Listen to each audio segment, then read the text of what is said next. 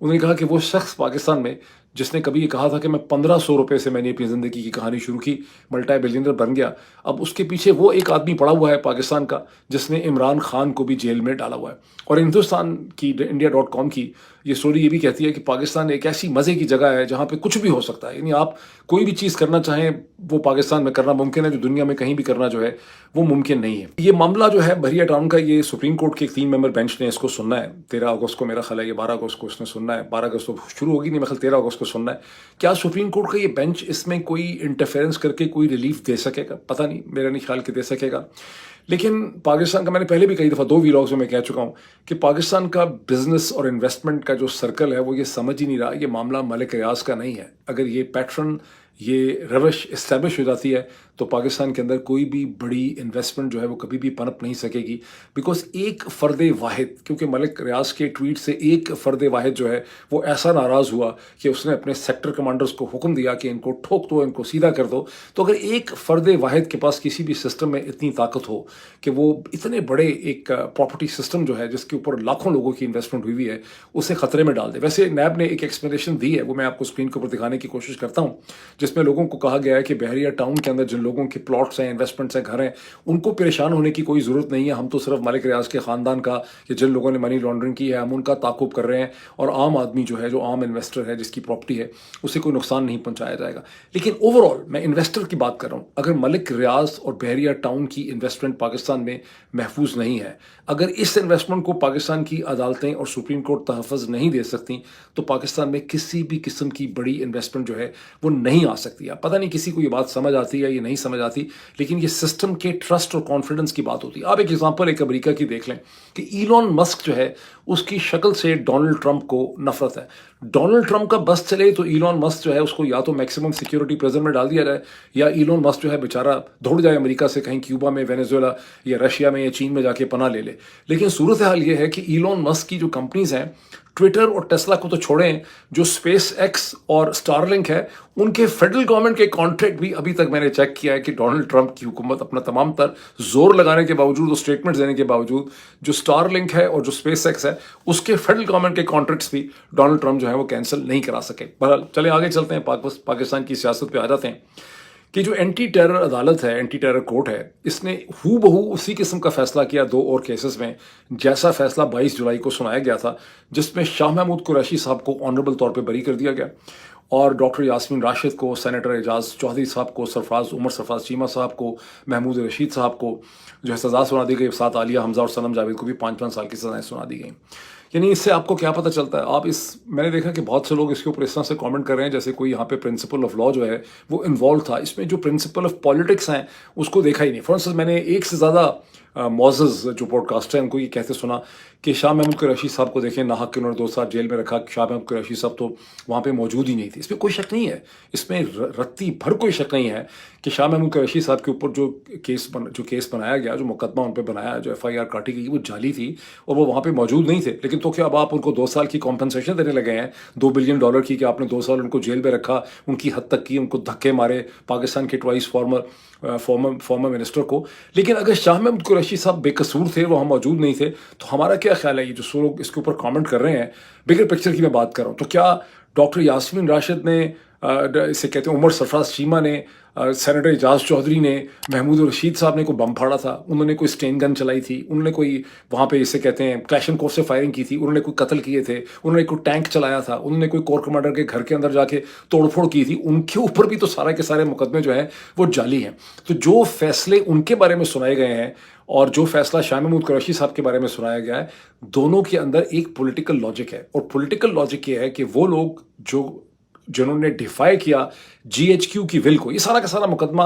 توڑ پھوڑ کا ہے بھی نہیں ہے۔ مقدمے تو یہ ہیں کہ شادمان کا جو تھانے کا مقدمہ ہے، یا کور کمانڈر کے گھر کے باہر کا مقدمہ ہے، یا کسی اور جگہ کا مقدمہ ہے، گلبرگ وغیرہ کا، وہ تو یہ نا کہ انہوں نے آگ لگائی، پولیس پہ حملہ کیا، پولیس کی گاڑی جلا دی، فائرنگ کی، توڑ پھوڑ کی۔ لیکن اصل میں تو ایسا کچھ بھی انہوں نے نہیں کیا۔ ان کا جو مین جرم ہے کہ انہوں نے GHQ کی ول کو ڈیفائی کیا۔ یہ GHQ کی ول اور جنرل صاحبان کی جو سیاست ہے اس کے سامنے انہوں نے پروٹیسٹ کیا، یہ باہر نکل کے کھڑے ہو گئے۔ اب شاہ محمود قریشی صاحب کے ساتھ کس قسم کا کمپرومائز اور ڈیلنگ ہوئی ہے GHQ کی، یہ ظاہر ہے اسٹیج پہ کلیئر نہیں ہے، وہ تو جب ان کی سیاست آگے چلے گی اگلے آنے والے چند دنوں ہفتوں میں اس سے پتہ چلے گا. لیکن جو بھی معاملہ ہے وہ پولیٹیکل ہے، یہ معاملہ لیگل نہیں ہے جس طرح کہ اس کو ایکسپلین کیا جا رہا ہے. مطلب اس کا کیا بنتا ہے؟ اب اس وقت اگر آپ دیکھیں کہ شاہ محمود قریشی صاحب بھی اسی طرح سے حماد اظہر صاحب جو عرصے سے کبھی روپوش تھے، لیکن جب ان کے والد صاحب محترم کی ڈیتھ ہو گئی تو وہ وہاں پہ تعزیت کے لیے لوگ آتے رہے، تو وہ ان سے ملتے رہے، تو کوئی ان کو اٹھانے پکڑنے تو آیا نہیں. تو اس سے مطلب ہے کہ ان کی بھی ایک انڈرسٹینڈنگ ہے. اور اس طرح سے اور بھی پاکستان تحریک انصاف کے وہ تمام لوگ جو باہر ہیں ان کی بھی انڈرسٹینڈنگ ہے. جب آپ نے عالیہ حمزہ کو بھی روپوش کرا دیا 5 سال کے لیے، صنم جاوید کے اوپر بھی آپ نے 5 سال ڈال دیے، اس کا مطلب ہے کہ اب آپ ایک نئی ایکسپیریمنٹ کرنے چلے ہیں پاکستان تحریک انصاف کے ساتھ. یہ ہے جو بگر پکچر جس کا انالیسس میں نے بہت سے پوڈ کاسٹر سے میں نے مسنگ دیکھا. لیٹس سی کہ آگے کیا ہوتا ہے اس حوالے سے. اب جو پچھلی ویڈیو تھی میں نے جس میں بہت تفصیل سے جنرل عاصم منیر نے جو تقریر کی ٹیمپا میں، جہاں انہوں نے ایک وارننگ دی نریندر مودی کی حکومت کو کہ اگر آپ نے ڈیم بنایا تو پھر ہم اس کو تباہ کر دیں گے، میزائل مار کے تباہ کر دیں گے. اس کے بعد سے 2 قسم کے ریئیکشن کم از کم میرے سامنے. ایک تو وہ ریئیکشن ہے 2 سیٹس آف ریئیکشنز. ایک تو وہ ہے جو ہندوستان اور پاکستان کے درمیان میں ریئیکشن ہوا ہے اور پاکستان کے فارن آفس نے اس کا جواب دیا ہے، اور دوسرا جو میرے اس چینل کے دیکھنے والے ویورز جو ہیں انہوں نے اس کے اوپر جو ریئیکشن اور رد عمل کیا. پہلے ذرا ہم سرکاری قسم کے رد عمل کو دیکھ لیں. ہندوستان کے میڈیا نے جس طرح سے ایکسپیکٹڈ تھے، بڑا ہی انہوں نے بڑی ہیڈ لائنز اس میں لگی ہیں. مطلب اگر میں آپ کو دکھاؤں تو درجنوں ان کی ہیڈ لائنز ہیں، جس میں ان کا بیسک جو اعتراض ہے وہ تو یہ ہے کہ عاصم منیر نے امریکہ کی سوائل سے سیبر ریٹلنگ کی ہے، نیوکلیئر اور دھمکی لگائی ہے. لیکن ایک چیز کو انہوں نے بڑا انجوائے کیا ہے ہندوستان کی میڈیا نے، کہ جنرل عاصم منیر نے خود مان لیا کہ ہندوستان ایک مرسیڈیز ہے، ایک فراری کی طرح دوڑ سکتا ہے، پاکستان ایک ڈمپر ٹرک ہے. جنرل صاحب جب یہ اپنے جملے بنا رہے تھے ٹیمپا کے اندر تو شاید ان کو احساس نہیں تھا کہ اس کی کیا امپلیکیشنز ہوں گی اور اس کو کیسے لوگ اس کو دیکھیں گے. مطلب وہ خود افرم کر رہے ہیں کہ پاکستان بیچارہ ماٹھا سا ہے، ایک ڈمپر ٹرک ہے، اس کا کوئی مستقبل نہیں ہے ماں سوائے جنگ بازی کرنے کے یا عسکری چیزوں کے. لیکن جو میں نے دیکھا کہ لاہور کے جو ایک وفادار podcaster stroke anchor person ہے، انہوں نے آل ٹوگیدر ڈینائی کر دیا ہے، وہ بھی اور پاکستان کے فارن آفس نے آل ٹوگیدر ڈینائی کر دیا ہے کہ جنرل عاصم منیر نے، خاص کر کے جو اینکر پرسن ہے وہ کہتے ہیں کہ جنرل عاصم منیر نے کبھی ایسی بات کی ہی نہیں ہے. یہ مرسیڈیز والی، یہ شائننگ مرسیڈیز فراری اور ڈمپر ٹرک والی بات جو ہے وہ جنرل عاصم منیر نے کی ہی نہیں ہے. کمال ہو گیا. منسٹری آف ایکسٹرنل افیئرز جو ہے ہندوستان کی، انہوں نے ایک فارمل پریس ریلیز ایشو کی ہے کہ پاکستان کے فیلڈ مارشل جو ہیں انہوں نے امریکہ کی سوائل سے بیٹھ کے سیبر ریٹلنگ کی. پاکستان کے فارن آفس نے بڑا اپنے حساب سے بڑا سخت کا جواب دیا. میں نے بڑے غور سے جواب پڑھا ہے، میں آپ کو دکھاتا بھی ہوں، جس میں پاکستان کے فارن آفس نے باقی چیزیں تو چلیں جو کہنی تھیں. فارن آفس نے ویسے تو فارن آفس والوں نے اپنا سر پیٹا ہوگا جب جنرل عاصم منیر کی ٹیمپا کی تقریر ان کے سامنے آئی ہوگی، لیکن اس میں یہ بھی لکھا ہوا ہے کہ پاکستان کا ایک بڑا ہی ایلابریٹ قسم کا کمانڈ اینڈ کنٹرول سٹرکچر ہے نیوکلیئر. چلے وہاں تک تو بات صحیح ہے، لیکن اس کے آخر میں پاکستان کے فارن آفس نے یہ بھی اسرٹ کیا، اور میں حیران ہوں کہ کیسے انہوں نے یہ اسرٹ کیا ہے. یعنی اتنا بڑا جھوٹ بولتے ہیں ان کو شرم نہیں آئی، جس میں انہوں نے کہا ہے کہ پاکستان کا جو نیوکلیئر چین آف کمانڈ ہے اس کے اوپر سویلین اتھارٹی ایگزسٹ کرتی. کون سی سویلین اتھارٹی؟ ڈیفنس منسٹر خواجہ آصف کی سویلین اتھارٹی ایگزسٹ کرتی ہے، محسن نقوی کا منسٹر آف انٹیریئر کی اتھارٹی ایگزسٹ کرتی ہے، یا پرائم منسٹر شہباز شریف کی اتھارٹی ایگزسٹ کرتی ہے نیوکلیئر چین آف کمانڈ کے اوپر؟ کیا بات کی ہے پاکستان کے فارن آفس نے. بہرحال پاکستان کے ملٹری آفیسرز جو ہیں 3 سے زیادہ خاصے military officer, senior retired military officers جو ہیں، انہوں نے اپنے ریئیکشن اور اپنے تاثرات جو ہیں جنرل عاصم منیر صاحب کی تقریر کے حوالے سے مجھ سے شیئر کیے ہیں، جو میں آپ کے ساتھ بھی شیئر کرتا ہوں. ایک اس میں سے سینئر ملٹری آفیسر کا کہنا ہے کہ انہیں بہت شدید ڈس اپوائنٹمنٹ ہوئی کہ جنرل عاصم منیر جس لیول کے اوپر ہیں اس لیول کے اوپر یہ صرف ایک لاکر روم، جسے امریکہ میں کہتے ہیں کہ لاکر روم بریوڈو ہے، یعنی آپ جو اپنے دوستوں یاروں میں بیٹھ کے آپ جو چھوڑتے ہیں، اور یہ ایک رسپانسبل پوزیشن پہ آپ اس قسم کی بات کرتے ہی نہیں ہیں. تو انہیں بڑی ڈس اپوائنٹمنٹ ہوئی کہ جنرل عاصم منیر نے اس قسم کی بات جو ہے وہ 120 لوگوں کے سامنے کی. ایک دوسرے انتہائی سینئر ملٹری آفیسر کا کہنا ہے کہ کئی یو ایس کمانڈرز جو ہیں، وہ ہسٹری ہے کچھ 20 سال میں اگر آپ دیکھ لیں، کہ جب انہوں نے اپنی چین آف کمانڈ یا اپنی جو اسٹیٹ یا سویلین اتھارٹی ہے اس کی انہوں نے پالیسی کے خلاف کوئی کامنٹ کیا تو ان کو فوری طور پر ڈسمس کر دیا گیا تھا. لیکن یہاں سوال پیدا ہوتا ہے کہ جنرل عاصم منیر کے اوپر ہے ہی کون جو ان کو ڈسمس کرے گا. ایک تیسری جو ہے کامنٹ وہ بہت ہی انٹرسٹنگ ہے، جس میں مجھے یہ بتایا گیا کہ جو جنرل عاصم منیر نے ہوا میں چھوڑ دیا ہے کہ ہم 10 میزائل مار کے ڈیم جو ہیں وہ ڈسٹروائے کر سکتے ہیں. انہوں نے کہا کہ ڈیمز کو میزائلز کے ذریعے ڈسٹروائے کرنا جو ہے وہ بہت مشکل کام ہے، اس کے لیے ایلابریٹ آپ کو کوئی کمانڈو آپریشن یا ٹیررزم یا کچھ دھماکہ شماکہ کرنا پڑے گا، لوگ بھیجنے پڑیں گے. اس کی وجہ یہ ہے کہ مطلب فار انسٹنس انہوں نے کہا کہ ورلڈ وار سیکنڈ میں جو برٹن نے ڈیمز ڈسٹروائے کیے، جس میں ڈیم بسٹر باؤنسنگ بامز کا بہت ذکر ہے، وہ چھوٹے چھوٹے ڈیمز تھے جس میں 4.2 ٹن کے ڈیم بام جو ہیں استعمال کیے گئے.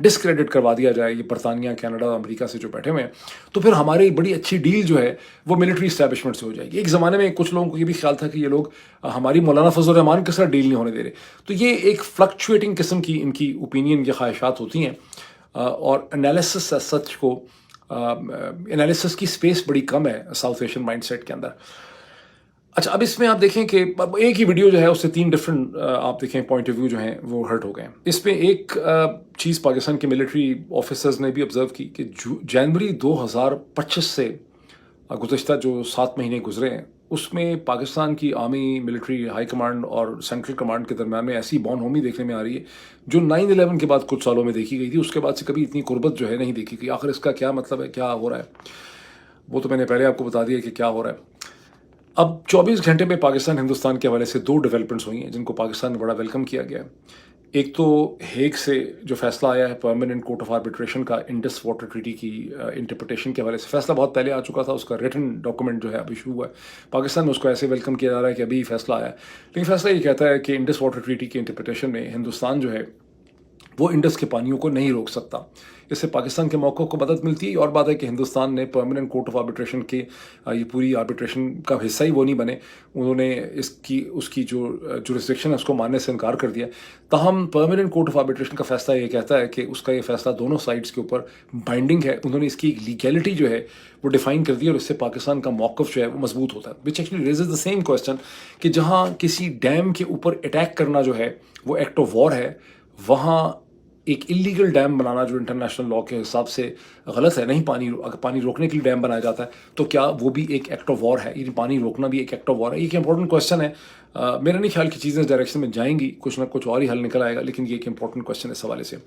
ڈپارٹمنٹ آف اسٹیٹ نے BLA کا جو ملیٹنٹ ونگ ہے مجید بریگیڈ، اس کو بین کر دیا ہے، دہشت گرد قرار دے دیا۔ پاکستان میں اس کا بہت زبردست ویلکم کیا گیا ہے، جو سرکاری پوڈ کاسٹر ہیں، خاص کر کے ہمارے لاہور والے دوست جو ہیں، انہوں نے اس کے اوپر بہت زیادہ خوشی منائی۔ یہ وہ بھول ہی گئے کہ ریزسٹنس فرنٹ کو بھی، میرا خیال چند دن پہلے ہی ڈپارٹمنٹ آف اسٹیٹ نے جو جموں کشمیر میں ریزسٹنس فرنٹ ہے جس کے اوپر الزام ہے کہ اس نے پہلگام کیا تھا، اس کو بھی انہوں نے دہشت گرد قرار دیا، تو ایک لحاظ سے انہوں نے بیلنس ہی اس میں کیا ہے۔ باٹم لائن یہ ہے کہ اپریل 2025 سے ہندوستان پاکستان کے درمیان جو وار ریٹرک شروع ہوا ہے، اس کا دونوں ملکوں کی حکومتیں، رولنگ ایلیٹ جو ہے زبردست قسم کو فائدہ اٹھا رہے ہیں یا اٹھانے کی کوشش کر رہے ہیں، لیکن اب تک کی جو ایویڈنسز ہمارے سامنے آئی ہیں اکراس دا بارڈر، اسے دیکھ کے ایسا لگتا ہے کہ اس دفعہ پاکستان کی جو شریف زرداری عاصم رجیم اور خاص کر کے فیلڈ مارشل عاصم منیر ہیں، انہوں نے اس کا زیادہ بہتر استعمال کیا ہے اس پوری کی پوری سچویشن کا دین دی نریندر مودی حکومت۔ وہ تھوڑا سا مشکل میں رکھتے ہیں، یہ اس کا زیادہ فائدہ جو ہے اٹھا رہے ہیں۔ اب آگے خدا جانتا ہے کیا ہوگا۔ امریکہ کا تھوڑا سا اگر ہم دیکھیں کہ امریکہ کے اندر جو پاکستانی امریکن کمیونٹی ہے، اس کی اسٹرگل نئے فیزز اختیار کر رہی ہے، جیسا کہ ہندوستانی اوریجن پروفیسر اشوک سوین جو ہیں، جو اپسالہ یونیورسٹی میں پڑھاتے ہیں، ان کا میں ٹویٹ آپ کے سامنے رکھنا چاہتا ہوں، جنہوں نے خاصا سراہا اس چیز کو کہ پاکستانی امریکن کمیونٹی نے نیو یارک ٹائمز کے اندر عمران خان کی 2 برس کی جو نظر بندی اور قید ہے، اس کے اوپر نیو یارک ٹائمز کے اندر ایک فل پیج ایڈ جو ہے انہوں نے پبلش کیا۔ اس قسم کے ایڈز بڑے ایکسپینسو ہوتے ہیں، اور کچھ لوگوں سے میری ایسی بات بھی ہوئی، کچھ کانگریشنل ایڈز کے مجھ تک امپریشن پہنچے کہ وہ بڑے امپریس ہیں کہ پاکستانی کمیونٹی ایک ایسے فیز میں آ گئی ہے جہاں وہ اس قسم کی پالیٹکس بھی کرتے ہیں کہ فنڈ ریزنگ کر کے لاکھ ڈالر وہ ریز کرتے ہیں صرف ایک اشتہار دینے کے لیے نیو یارک ٹائمز کے اندر۔ تو اس کا ایک بڑا پازیٹیو امپیکٹ ہوا ہے یہاں واشنگٹن، کیونکہ میں ٹریول کر رہا تھا تو اس وقت مجھے اندازہ نہیں تھا، لیکن یہاں واپس پہنچا ہوں تو مجھے اس کا اندازہ ہوا ہے۔ میں صرف آخر میں آپ کو حرف آخر کے طور پہ میں آپ کے سامنے اسکرین کے اوپر پروفیسر اسٹیو ہینک، جو کہ جان ہاپکنز یونیورسٹی میں اپلائیڈ اکنامکس کے ایک پروفیسر ہیں، 50 برس کا ان کا ایکسپیرینس ہے، جنہوں نے دنیا بھر کی حکومتوں کو مانیٹری پالیسی کے اوپر، کرنسی جو اسٹیبلائزیشن ہے، کرنسی بورڈز کے حوالے سے انہوں نے ان کو ایڈوائز کیا ہے، ایسٹ یورپین گورنمنٹس کو، افریقہ کی گورنمنٹس کو۔ انہوں نے عمران خان کی 2 برس کی جو نظر بندی ہے 5 اگست 2025 پہ، اس پہ انہوں نے فارچون میگزین پبلیکیشن کے اندر ایک انہوں نے آرٹیکل لکھا ہے۔ یہ آرٹیکل اگر آپ نے نہیں پڑھا تو آپ اس آرٹیکل کو ضرور پڑھیں۔ اس آرٹیکل کو پڑھ کے تھوڑی دیر کے لیے آپ کو ایک فیلنگ خاص قسم کی ڈیولپ کرے گی، جب وہ یہ لکھتے ہیں کہ میں نے دنیا بھر کی گورنمنٹس کو ایڈوائز کیا، لیکن آخری دفعہ جب میں نے عمران خان کے ساتھ بات کی somewhere in the April of 2023، تو 1.5 گھنٹے تک میں ان سے کرنسی بورڈ کے حوالے سے بات کرتا رہا۔ میں ان کو بتا رہا تھا کہ کیسے پاکستان کی جو کرنسی اور ڈی ویلیویشن روپی کا مسئلہ ہے، اس کا حل یہ ہے کہ پاکستان کو ایک کرنسی بورڈ اسٹیبلش کرنا چاہیے.